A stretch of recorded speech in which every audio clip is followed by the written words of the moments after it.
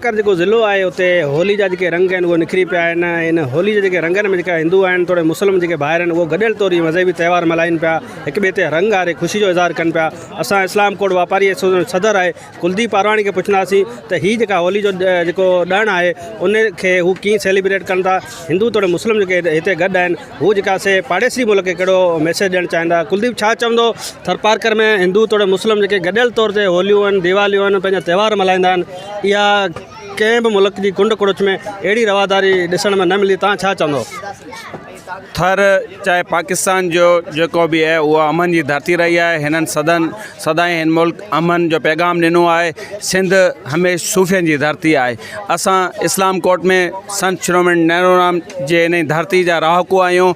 निमन जो शहर है। असां वणन टिणन हर शइ सां मोहब्बत कयूं था। असां मोदी के यो मैसेज ॾियणु चाहियूं था जेकॾहिं तव्हांखे मज़हबी रिवादारी मज़हबी हमआहंगी जो आलाम जेकॾहिं मिसाल ॾिसणो है त होली फेस्टिवल जी हिकिड़ी क्लिप मां ॾिसी वठे। हुननि जो कंध शर्म में झुकी वेंदो जो हू मुसलसल इन वक्त में मुस्लिम से जुल्म उते करे रहियो आहे। उन्हनि जी मज़हबी इबादत गाहनि ते जेके हमला कराए कहिड़ो मैसेज ॾियणु चाहे थो। उन साॻी टाइम ते जेकॾहिं हिते मुस्लिम में हिंदू गॾिजी जेकॾहिं ख़ुशियूं विराए रहिया आहिनि होली जे फेस्टिवल जेकॾहिं गॾिजी मल्हाए रहिया आहिनि उहो सिर्फ़ु अक़वाम मुतहदा जे यूनाइटेड नेशन जे जेके तंज़ीमूं आहिनि इंसानी हक़नि ते कमु कंदड़ तंज़ीमूं आहिनि उन्हनि जे लाइ मिसाल है त उहे इस्लाम कोर्ट जी होली फेस्टिवल के अॼु जे इन प्रोग्राम के ॾिसी वठनि ऐं उन मां उनखे अंदाज़ो थी वेंदो त कहिड़े तरीक़े सां हिते माण्हू अमन भाईचारी ऐं प्यार सां रहनि था।